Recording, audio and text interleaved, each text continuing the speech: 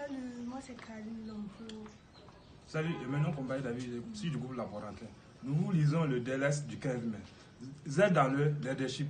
Est celui qui exhorte à l'exhortation, que celui qui donne la face avec libéralité, que celui qui préside le fasse avec zèle, que celui qui pratique la miséricorde le fasse avec joie, aille du zèle et non de la paresse. Soyez fervents d'esprit, servez le Seigneur. Romains 12, 8, 11.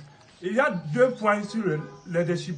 Dans cet avertissement de Paul que je souhaite mettre en relief, le premier est son avertissement que celui qui préside le fasse avec zèle, et le second est nul ne devrait être paresseux dans les affaires.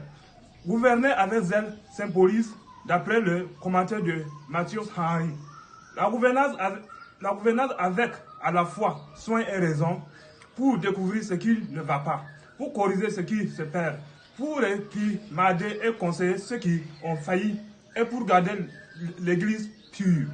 Ceux qui voudraient s'accepter eux-mêmes fidèles dans la libération de cette confiance devraient prendre part aux douleurs et ne laissent pas aucune opportunité qui peut faciliter et avancer ce travail.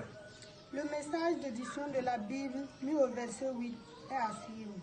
8 à suivre est. Et celui qui exhorte à l'exhortation.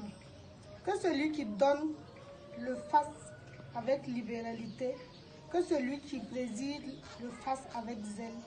Que celui qui pratique la miséricorde le fasse avec joie. La charge au verset 11 est un encouragement que nous pouvons combiner à notre exercice d'occupation et nos problèmes domestiques si nous gardons la flamme dans son service. Philippiens 2, verset 5 à 8.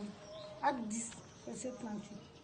Lecture complémentaire. 1 Timothée 3, verset 1 à 4. Prière. En tant que de chers enfants, nous n'avons aucune autre option que d'être des imitateurs de ton cher Fils.